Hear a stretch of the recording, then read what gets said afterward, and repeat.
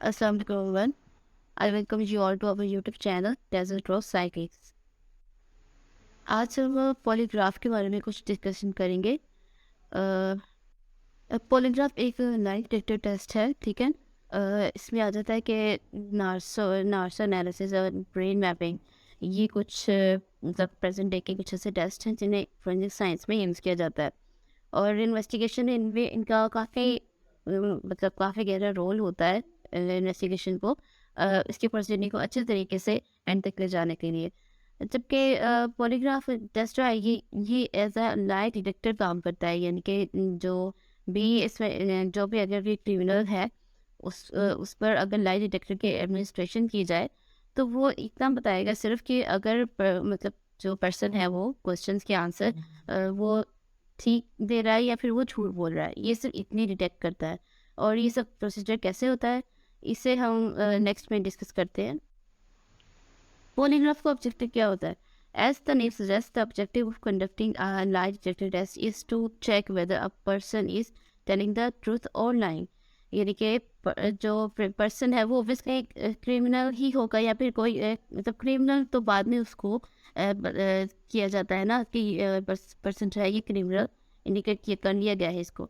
But उससे पहले ये होता है कि जो प्रोसेस होता है इन्वेस्टिगेशन का, यानी कि जो भी कोई मतलब पर्सन है कोई सस्पेक्ट है, कोई मशकूक है पर्सन, तो उस पर पॉलीग्राफ के थ्रू जो है टेस्ट अप्लाई किया जाता है और फिर चेक किया जाता है कि वो जो आंसर देंगे क्वेश्चंस के वो अगर अगर तो वो यानी कि सच होंगे तो भी पता चल जाएगा, झूठ होंगे तभी पता चल जाएगा। फिर अगली प्रोसीडिंग उस वो सारी फाइंडिंग्स के बाद की जाती है।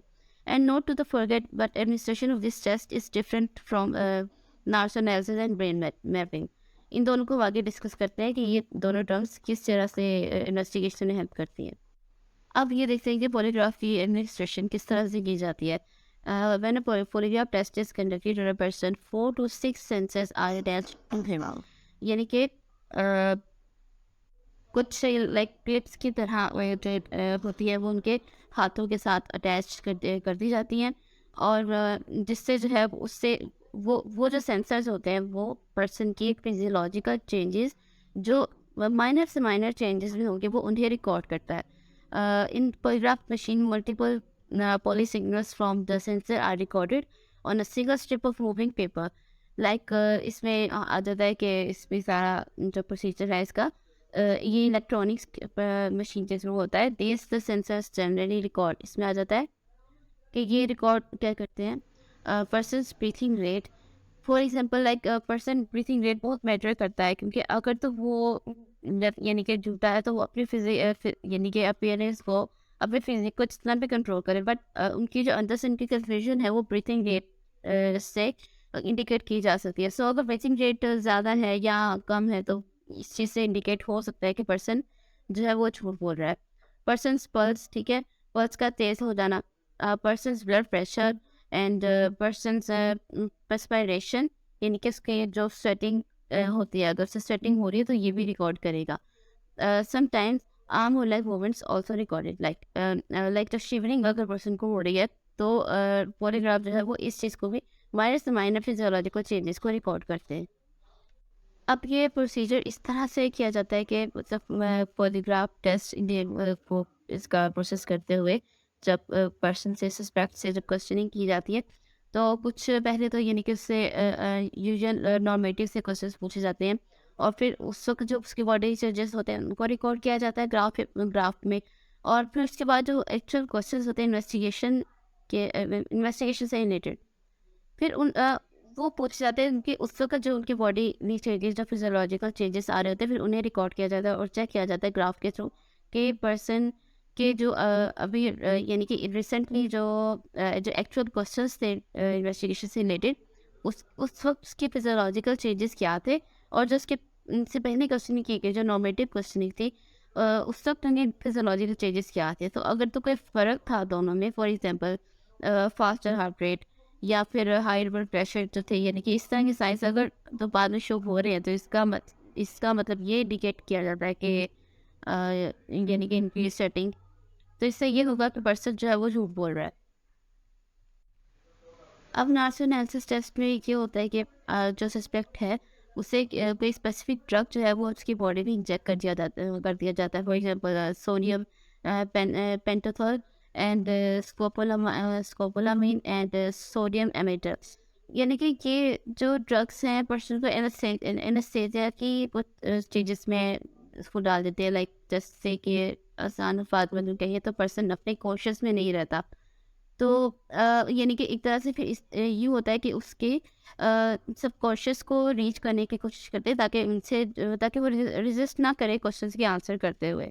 और उनके यानी कि फिर उनसे इन्वेस्टिगेशन जब का जो प्रोसेस है उस दौरान उनसे सवालात के जवाबात लिए जाते हैं जो कि अपने कॉन्शियस में क्योंकि वो नहीं होते, इसलिए वो झूठ बोलने की जो एक कॉन्शियस एक्ट है वो उस यानी कि उनका माइंड जो है वो करने से रेजिस्ट कर देता है। एंड ब्रेन मैपिंग, इसमें ये आ जाता है कि ब्रेन में जो भी प्रॉब्लमेटिक कोई एरियाज हो पर्सन के, ये उनको इंडिकेट कर देता है कि यानी कि ब्रेन मैपिंग के थ्रू अगर कोई पर्सन के ब्रेन में कोई एरियाज ऐसे हैं जो कि ठीक से काम जो कि प्रॉब्लमेटिक हो रहे हैं, जिस वजह से इन्वेस्टिगेशन में प्रॉब्लम आ रही है, तो ये उनको इंडिकेट कर देता है।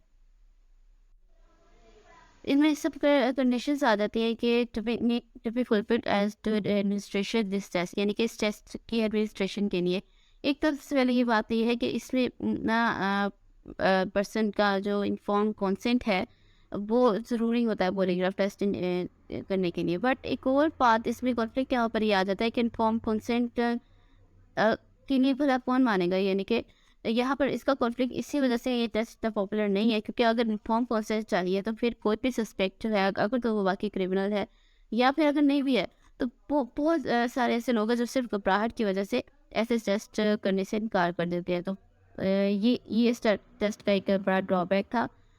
Second, ये the person who the volunteer for this test was access to a lawyer, यानी कि कुछ ऐसे ये कि कोई गार्डियन फिगर कोई जो उन्हें सिक्योर कर सके इस सारे प्रोसेस के अंदर। And no the test physical emotional and legal implications कि टेस्ट एक्चुअली किस तरह से प्रोसीड किया जाएगा, ये सारी इंफॉर्मेशन जो है वो पर्सन को होनी चाहिए।